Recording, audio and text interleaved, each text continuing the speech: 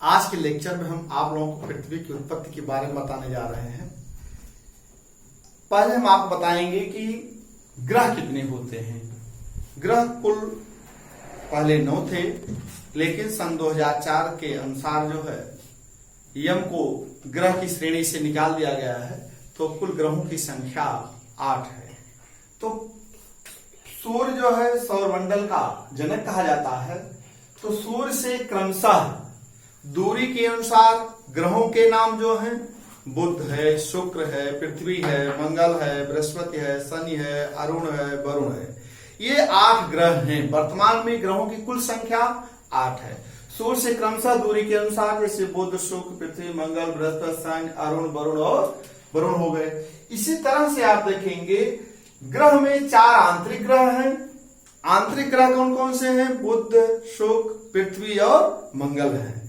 और जितने ग्रह बचते हैं वह बाह्य ग्रह हैं। सभी ग्रह सूर्य का चक्कर लगाते हैं, लेकिन सूर्य का चक्कर पश्चिम से पूर्व लगाते हैं, घड़ी की सुई की विपरीत दिशा में। तो लेकिन अपवाद स्वरूप 2 ग्रह ऐसे हैं, शुक्र और अरुण। 2 ग्रह ऐसे हैं जो कि घड़ी की सही दिशा में चक्कर लगाते हैं, पूर्व से पश्चिम लगाते हैं। तो इस तरह से आपका जो है पृथ्वी की उत्पत्ति के बारे में हम बताने जा रहे हैं कि ग्रहों की उत्पत्ति कैसे हुई। जैसे पहले जो था, ग्रहों की उत्पत्ति के बारे में 2 संकल्पनाएं थी। एक धार्मिक संकल्पना थी, एक वैज्ञानिक संकल्पना थी। तो धार्मिक संकल्पना जो है विज्ञान की व्यवस्था के अनुसार या विज्ञान की तर्क की कसौटी के अनुसार वह खरा नहीं उतरता, इसलिए वह कल्पना मात्र ही माना जाता है। तो वर्तमान समय में धार्मिक संकल्पना को अमान्य घोषित कर दिया गया है। अब वैज्ञानिक संकल्पना जो है वह अपनी तर्कपूर्ण पर आधारित है, उसी को माना जा रहा है। तो पृथ्वी की उत्पत्ति के बारे में सर्वप्रथम जो है फ्रांसीसी भूगोलवेत्ता कास्ते द बफन ने सन 1749 ईस्वी में पृथ्वी की उत्पत्ति के बारे में बताया था। और कौन सा था? सर्वप्रथम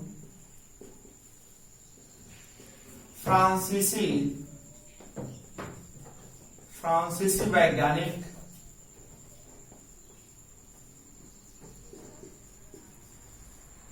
कास्ते द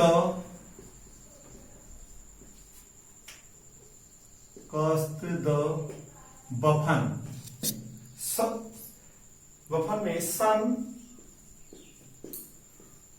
1749 ईस्वी में पृथ्वी की उत्पत्ति के बारे में सर्वप्रथम मार्ग प्रशस्त किया था। आगे चल करके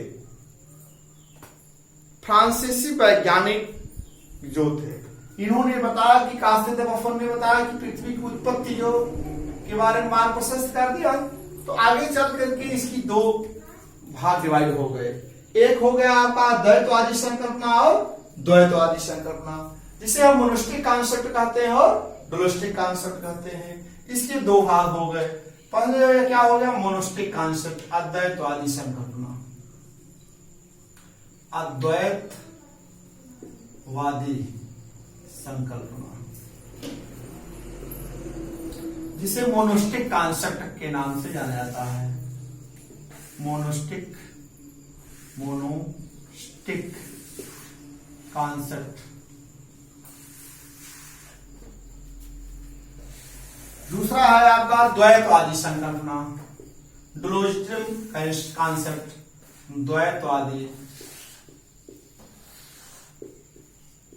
द्वैतवादी संकल्पना, डुअलिज्म।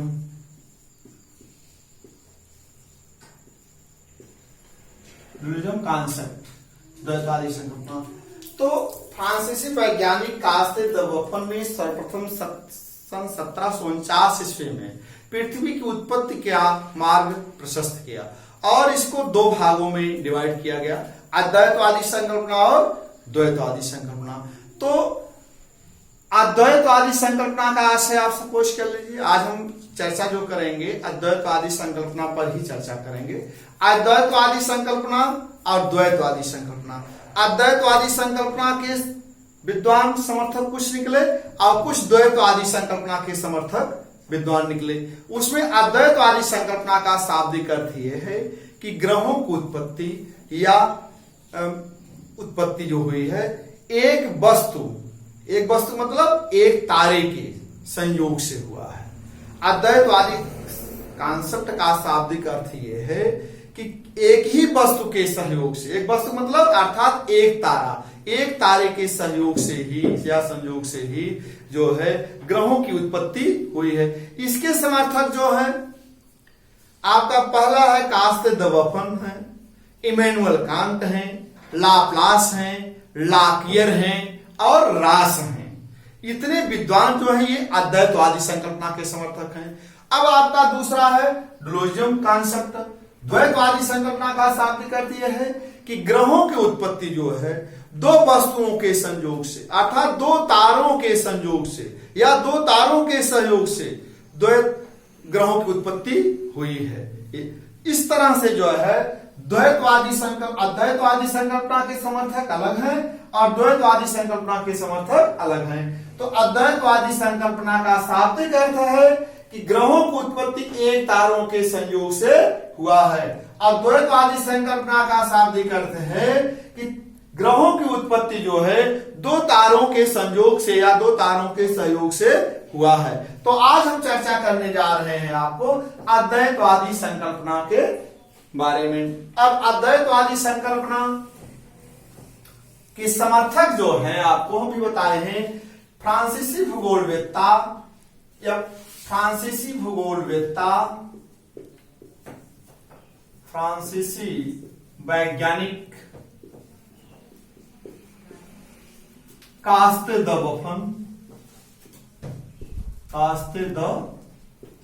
बफन,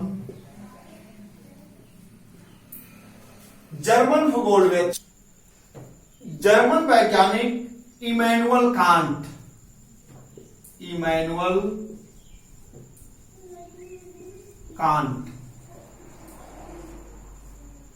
फ्रांसीसी वैज्ञानिक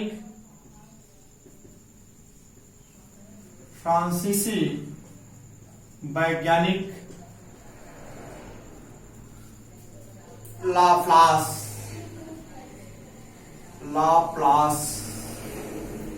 लाकियर,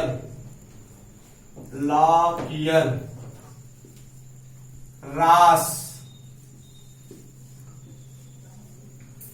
आदि अद्वैतवादी संकल्पना के समर्थक थे।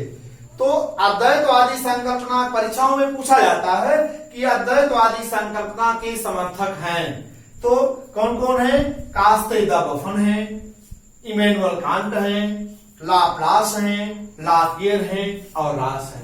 यहां आज केवल हम चर्चा करेंगे दो प्रमुख वैज्ञानिक, इमैनुअल कांट के बारे में चर्चा करेंगे और लाप्लास के बारे में चर्चा करेंगे। तो आप सपोज कर लीजिए तो हम इमैनुअल कांट के बारे में चर्चा करने जा रहे हैं। इमैनुअल कांट जो है यह अद्वैतवादी संकल्पना का समर्थक था, मोनोस्टिक कॉन्सेप्ट का समर्थक था।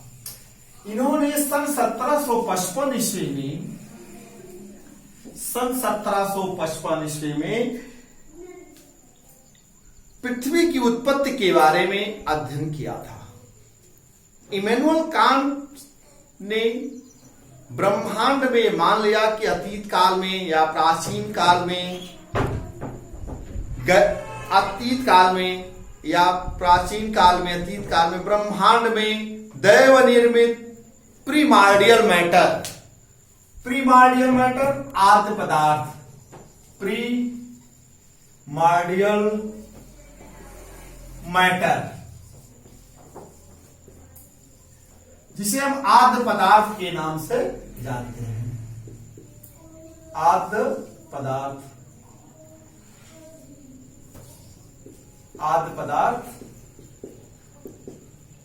प्रीमार्डियल मैटर। इमैनुअल कांट की जो थेसिस है, परिकल्पना है, वह हाइपोथेसिस जो है इनकी गैसेस हाइपोथेसिस है, वायव्यास परिकल्पना है। इमैनुअल कांट ने सन 1755 ईस्वी में वायव्यास परिकल्पना को प्रतिपादित किया और इसने ब्रह्मांड में मान लिया कि अतीत काल में, प्राचीन काल में ब्रह्मांड में दैव निर्मित प्रीमार्डियल मैटर आदि पदार्थ मौजूद थे। आदि पदार्थ मतलब छोटे छोटे बिखरे हुए कण मौजूद थे। और यह देखिए, परिकल्पना हमेशा याद रखिएगा, परिकल्पना का शाब्दिक अर्थ भी ये है जो कल्पना से परे हो, जिसको हम सिद्ध न कर सकें, वही है परिकल्पना। इनकी एक हाइपोथेसिस है, परिकल्पना है कि कल्पना से भी परे है परिकल्पना, जिनके बारे में हमको 0.01% जानकारी होती है, और जो परसेंटेज बचता है वह सपोज के लिए केवल एक कल्पना मात्र होता है। कल्पना करके किया तक ऐसा हुआ रहा होगा, इस प्रकार से उत्पत्ति हुई होगी, तो ये परिकल्पना है, ये हाइपोथेसिस है। लेकिन अब एक आधार बन गया कि उन वैज्ञानिकों का एक झुकाव उधर हो गया कि पृथ्वी की उत्पत्ति की तरफ सभी वैज्ञानिकों का जो है एक झुकाव हो गया, मार्गदर्शन इन्होंने प्रशस्त कर दिया। तो इमैनुअल कांट का कथन यही था कि अतीत काल में या प्राचीन काल में ब्रह्मांड में दैव निर्मित प्रीमार्डियल मैटर मौजूद था। कालांतर में उसमें वो जो छोटे छोटे कण ऐसे कालांतर वो ब्रह्मांड में दैव निर्मित थे, इसी को उसने क्या कह दिया, आदि पदार्थ। और यह कण जो है आपस में धीरे धीरे ये आपस में इन्हीं कणों में ताप एवं भ्रमण गति उत्पन्न हो गई, स्वयं ये गतिशील हो गए कालांतर में। कालांतर में जब ये गतिशील हो गए तो एक नेबुला के आकार का, नेबुला के आकार धारण कर लिया। ये कण जो थे नेबुला के आकार में हो गए कालांतर में, जो आपसी ताप एवं भ्रमण गति उत्पन्न हो गई इसमें। इसी कारण ये जो है एक नेबुला के कारण जो है एक सभी कण एक दूसरे में जुड़ते चले गए, और वह नेबुला का आकार जिसे हिंदी में निहारिका कहा जाता है। क्या कहते हैं उसको, निहारिका। निहारिका का रूप धारण कर लिया। और कालांतर में ताप एवं भ्रमण गति इतनी उत्पन्न हो गई कि इसमें सेंट्रीफ्यूगल फोर्स उत्पन्न हो गया। सेंट्रीफ्यूगल फोर्स क्या है, केंद्रापसारित बल। केंद्र से बाहर की ओर कार्य करने वाले बल को हम केंद्रापसारित बल कहते हैं। जैसे कुम्हार का चाक जो होता है वो बर्तन बनाता है, जब उसको घुमाता है अपने डंडे से, तो उस पर यदि आप कोई कण गिराते हैं तो वह कण बाहर, केंद्र से बाहर की ओर फेंकता है। उसे हम क्या कहते हैं, सेंट्रीफ्यूगल फोर्स कहते हैं, जिसे हम केंद्रापसारित बल कहते हैं। तो इस नेबुला में कालांतर में आपसी आकर्षण शक्ति के कारण जो है इसमें जो है सेंट्रीफ्यूगल फोर्स उत्पन्न हो गए। सेंट्रीफ्यूगल फोर्स उत्पन्न हो जाने के कारण, केंद्रापसारित बल के कारण इसमें से 9 छल्ले निकले। कितने निकले, 9 छल्ले जो निकले, वह 9 कालांतर वो ठोस हो गए। 9 छल्ले जो निकले वो 9 छल्ले निकले, 9 छल्ले निकले। वह 9 छल्ले जो निकले इस नेबुला से वह कालांतर में ठोस हो गए, और जब ठोस हो गए तो उसमें जो है वह 9 ग्रह कहलाए। और जो ये नेबुला का जो अवशिष्ट भाग बचा, यह अवशिष्ट भाग जो बचा, अवशिष्ट नेबुला का जो अवशिष्ट भाग बचा, अवशिष्ट भाग, यह अवशिष्ट भाग क्या बना, अवशिष्ट भाग जो है यह तारा कहलाया। और इसमें से जो 9 छल्ले निकले वह 9 ग्रह कहलाए, और जो नेबुला का अवशिष्ट भाग बचा वह तारा का सूर्य कहलाया। तो इसीलिए कहा गया, तो अवशिष्ट भाग, नेबुला के अवशिष्ट भाग को जो बचा उसको सूर्य कहा गया, और जो उसमें से 9 छल्ले निकले वह 9 ग्रह कहलाए, जैसे बुध, शुक्र, पृथ्वी, मंगल, बृहस्पति, शनि, अरुण, वरुण और यम, 9 ग्रहों का निर्माण हो गया। और यही 9 ग्रह, इसी अवशिष्ट भाग जो सूर्य बचा उसी से का चक्कर लगाना शुरू कर दिए। इसी क्रम में ग्रहों से जो और टुकड़े निकले वो उपग्रह कहलाए, वो अपने ग्रह का चक्कर लगाना शुरू कर दिए। उपग्रह ग्रह का चक्कर लगाते हैं। तो इस तरह से जो है पृथ्वी की उत्पत्ति के बारे में जो है आपको बताया गया। ये बताए थे इमैनुअल कांट ने। इमैनुअल कांट ने यहां तक कह डाला कि give me matter and I will show you how to make world of its। मुझे पदार्थ दो, मैं पृथ्वी की उत्पत्ति कर दिखलाऊंगा। तो इमैनुअल कांट का यह कथन था कि give me matter and I will show you how to make world of its. मुझे पदार्थ दो, मैं पृथ्वी की उत्पत्ति कर दिखलाऊंगा। कहने का आशा यह है कि सन 1755 ईस्वी में पृथ्वी की उत्पत्ति के बारे में वायब्रास जो इन्होंने वायब्रास परिकल्पना को प्रतिपादित किया, तो इनका उस समय यदि सहयोग किया गया होता तो शायद इन्होंने पृथ्वी की उत्पत्ति के बारे में और कुछ नई खोजें किए होते। लेकिन इनके जो दिमाग में आया, इनको जो उनकी हाइपोथेसिस थे, इन्होंने ये बताया। तो फिर आगे यह इनका जो है इमैनुअल कांट का है। अब दूसरा क्या है? दूसरे इमैनुअल कांट जर्मन वैज्ञानिक थे। इसी तरह से परीक्षाओं में पूछा जाता है कि इमैनुअल कांट का कहां वैज्ञानिक था? जर्मन का था। अब हम आपको बता रहे हैं कास्ते द बफन कहां था? फ्रांसीसी का था। अब लाप्लास कहां का वैज्ञानिक था? फ्रांस का था। फ्रांसीसी वैज्ञानिक लाप्लास। अब हम आपको लाप्लास के बारे में बताने जा रहे हैं। लाप्लास की निहारिका परिकल्पना है। लाप्लास की निहारिका परिकल्पना। लाप्लास ने सन 1796 ईस्वी में लाप्लास की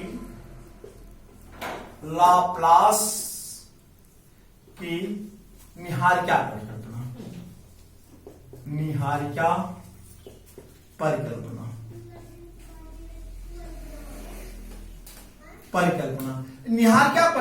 लाप्लास ने निहारिका परिकल्पना को सन 1796 ईस्वी में प्रतिपादित किया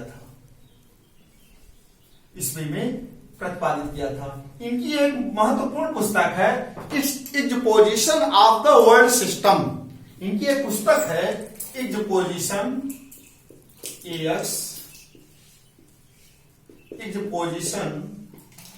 ऑफ द वर्ल्ड सिस्टम।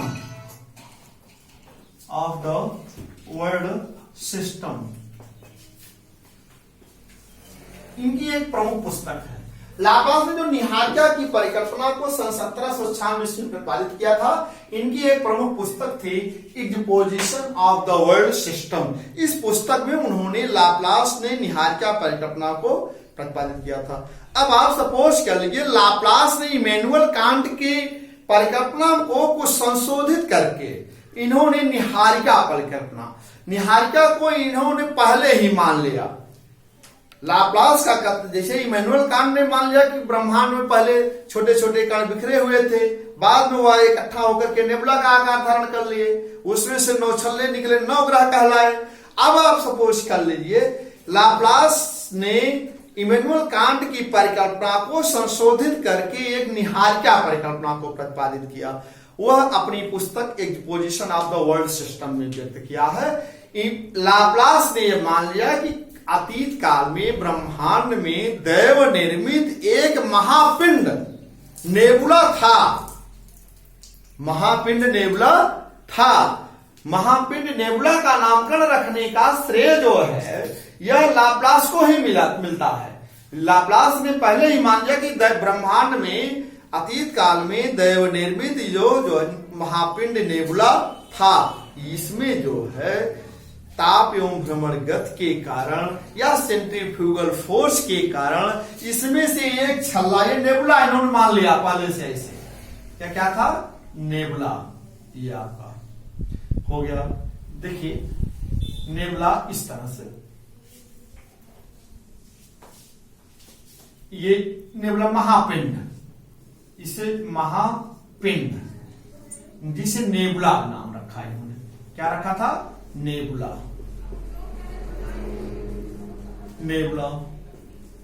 अब आप याद रखिएगा कि लाप्लास ने मान लिया कि ब्रह्मांड में अतीत काल में या दैव निर्मित यह महापिंड पहले से ही ब्रह्मांड में मौजूद था और इसमें सेंट्रीफ्यूगल फोर्स के कारण एक छल्ला निकला।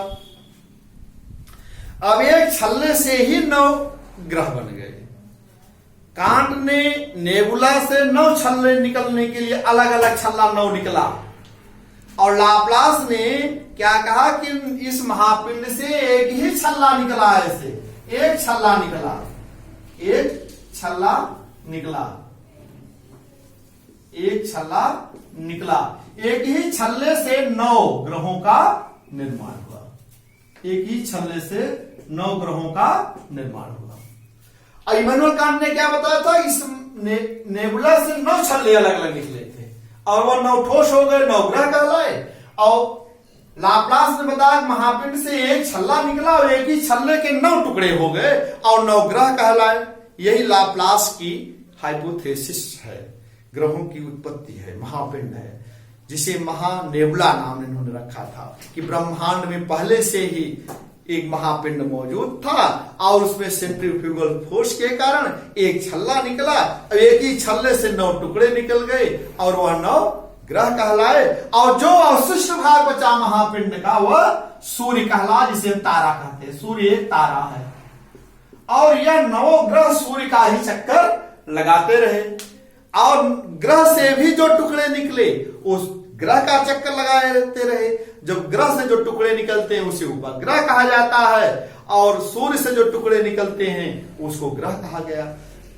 तो यह जो है, इसीलिए सभी जितने भी विद्वान होंगे, जो अवशिष्ट भाग बचता है उसको सूर्य कहा गया और तारा कहा गया। इसीलिए सौरमंडल का जनक जो है सूर्य को कहा जाता है। तो अब आप सपोज करिए, चाहे वो इमैनुअल कांट का कथन रहा हो तो उन्होंने अवशिष्ट भाग को कहा सूर्य, या तारा कहा गया तारा। सूर्य भी एक तारा है और एक छल्ला, इसमें से निकले 9 ग्रह, एक छल्ले से 9 टुकड़े निकले तो 9 ग्रह का निर्माण हो गया। तो इस तरह से जो है ये महापिंड जो अवशिष्ट भाग बचता है उसको सूर्य कहा जाता है। तो लाप्लास की ये निहारिका परिकल्पना है। अब आप सपोज करिए, याद रखिएगा, जब हम आपको ग्रहों के बारे में बताएंगे कभी, सूर्य भी आकाशगंगा का चक्कर लगाता है। सूर्य भी आकाशगंगा, ब्रह्मांड में जितनी भी वस्तुएं हैं सब गतिशील हैं, सब एक दूसरे के आकर्षण शक्ति के कारण जो है एक दूसरे का चक्कर लगाते रहते हैं। तो आज हम आपको इस लेक्चर में मोनोस्टिक कॉन्सेप्ट के बारे में ही बताएंगे। अब ये इस तरह से परीक्षाओं में पूछा जाता है कि अद्वैतवादी संकल्पना जो है समर्थक कौन कौन से हैं और डोलोस्टिक के कॉन्सेप्ट के कौन कौन से समर्थक है। तो आपको हमको लगता है ये परीक्षाओं में अक्सर पूछा जाता है कि पृथ्वी की उत्पत्ति के बारे में कौन कैसे क्या है। तो इस तरह से आप याद रखिएगा, मोनोस्टिक कॉन्सेप्ट और डोलोस्टिक कॉन्सेप्ट। मोनोस्टिक कॉन्सेप्ट के समर्थक कास्ते द बफन है और इमैनुअल कांट है, लाप्लास है, लाकियर है, रास है। ये इतने विद्वान एक वस्तु, अद्वैतवादी संकल्पना का शाब्दिक अर्थ अभी हम आपको बता दिए हैं कि अद्वैतवादी संकल्पना का शाब्दिक अर्थ यही है कि एक ही वस्तु के संयोग से या एक ही तारे के सहयोग या संयोग से जो है पृथ्वी की उत्पत्ति हुई है या ग्रहों की उत्पत्ति हुई है। और डोलोस्टिक कॉन्सेप्ट का देखिए, शब्दों का अर्थ जान लेंगे तब आप पृथ्वी ग्रहों सब भूगोल एक विज्ञान से मिलता जुलता है। जब इसके शब्दों को अर्थ को जानेंगे तभी आप समझ। डोलोस्टिक का कॉन्सेप्ट मतलब द्वैतवादी, 2 तारों या 2 वस्तुओं के संयोग से या 2 तारों के संयोग से जो ग्रहों की उत्पत्ति हुई है। अब हम अगले दिन अगले लेक्चर में आपको हम बताएंगे डोलोस्टिक कॉन्सेप्ट के बारे में, द्वैतवादी संकल्पना के बारे में, पृथ्वी की उत्पत्ति के बारे में चर्चा करेंगे। ठीक है, धन्यवाद।